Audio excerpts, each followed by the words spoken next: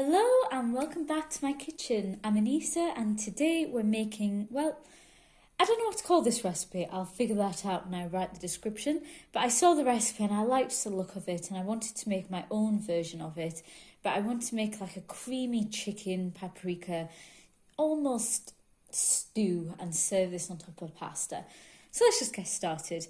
I have 3 chicken breasts or 750 grams of chicken.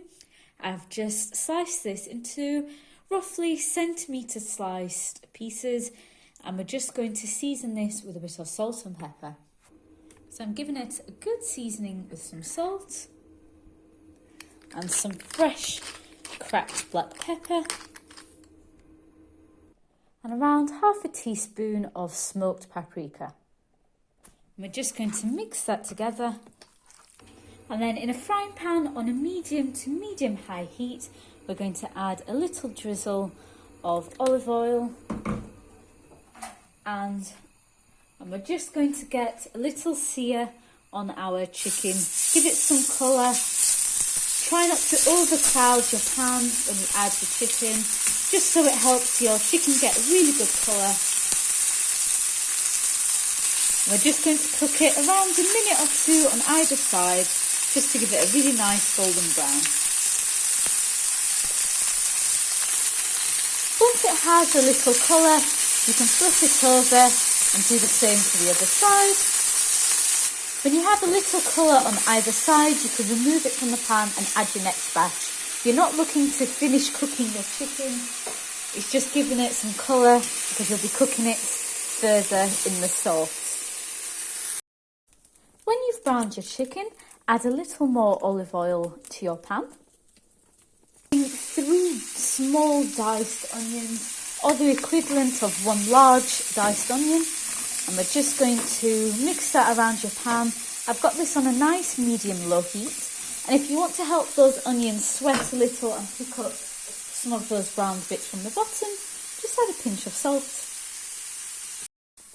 When your onions have browned a little, and they've softened and started to become nice and translucent, we're going to add around 5 medium-sized cloves of garlic. I'm using plenty of garlic. I enjoy this with chicken recipes. You can add more or less according to your own taste, and just let that fry for around 30 seconds just to cook off that rawness. And next we're adding 1 bell pepper.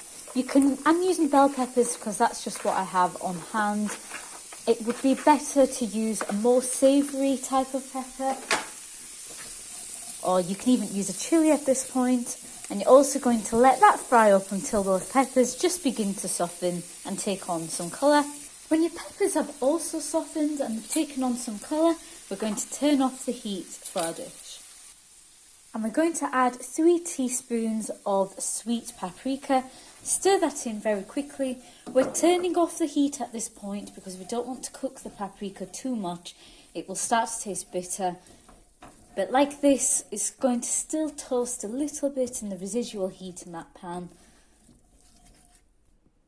I added just an extra teaspoon of paprika, so 4 teaspoons of paprika in all. And get that really nicely mixed together. You can already smell it and it smells really, really good.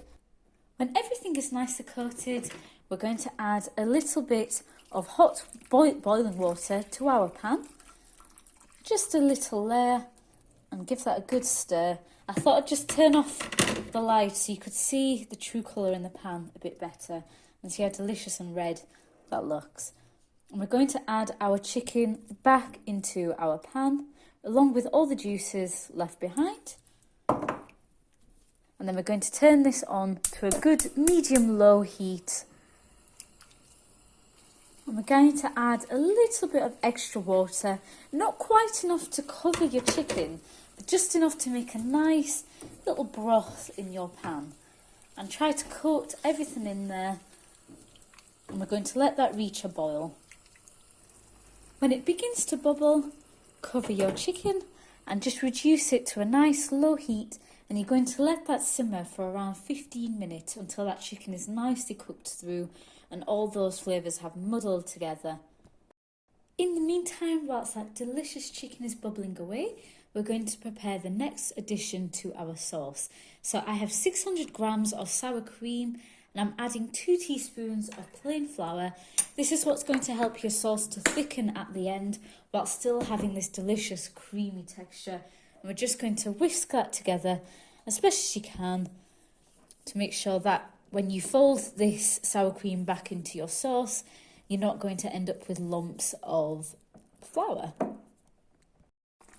After around 10 minutes of simmering, you can add some cherry tomatoes.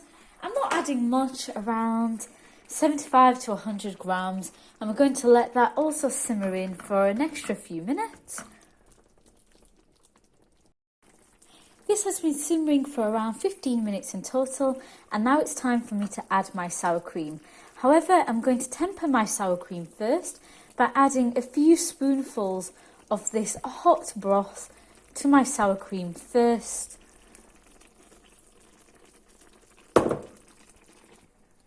So tempering it is really important. If you add your sour cream straight to that hot broth, it might just separate from the broth entirely. Doing this just helps it to mix in better and form a much smoother, more delicious sauce. I'm just going to carefully mix that in. Of course, this is much easier to do in a large bowl, but I like to make things a bit challenging for myself. As you can see, I gave up and I just added this to a bowl. I added a bit more of that hot broth just because I want to be really sure that this won't split with the sauce, and just stir that together. I've turned the heat off for my sauce, for my chicken, and we're going to add all of that sour cream and mix it into your sauce very quickly. Do make sure you turn off the heat here, again, just to make sure that sour cream doesn't split, and try to mix it in as fast as you can to get the smoothest sauce as you can. When you've mixed that sour cream in, we're going to let this simmer on a very low heat. You don't want this mixture to boil at all, just until it thickens a little bit and becomes really creamy and smooth and delicious. I'm also going to give it a good seasoning for salt and pepper. Make sure your seasonings are right. And you can shut off the heat after it's bubbled for another 10 minutes. Let it thicken up a little more. This will thicken the more it cools. I left it to stand for around 10 minutes just to set and let those flavours really get to know each other. And in the meantime, I boiled some pasta, so let's serve this up. And that's all there is to it. This took really very little time to make. It smells really delicious and creamy, and I'm looking forward to tucking into this. I'm just spooning a really good amount of all that pepper and that broth onto here, that soup, the sauce. Some spoonfuls of that delicious chicken. Make sure you get that covered on all that pasta. This also goes really well with rice and odd mini dumplings. And just spread that sauce. And you can finish that off with a delicious sprinkle of fresh chives, or you can add spring onion, just for that little pop of freshness right at the end. And that's all it is. If you enjoy the recipe, please do leave a like, subscribe, click that notification bell, and I'll hopefully upload more soon. If you have any suggestions for future recipes, leave it in the comments and I'll try my best to do it at some point. And thank you for watching.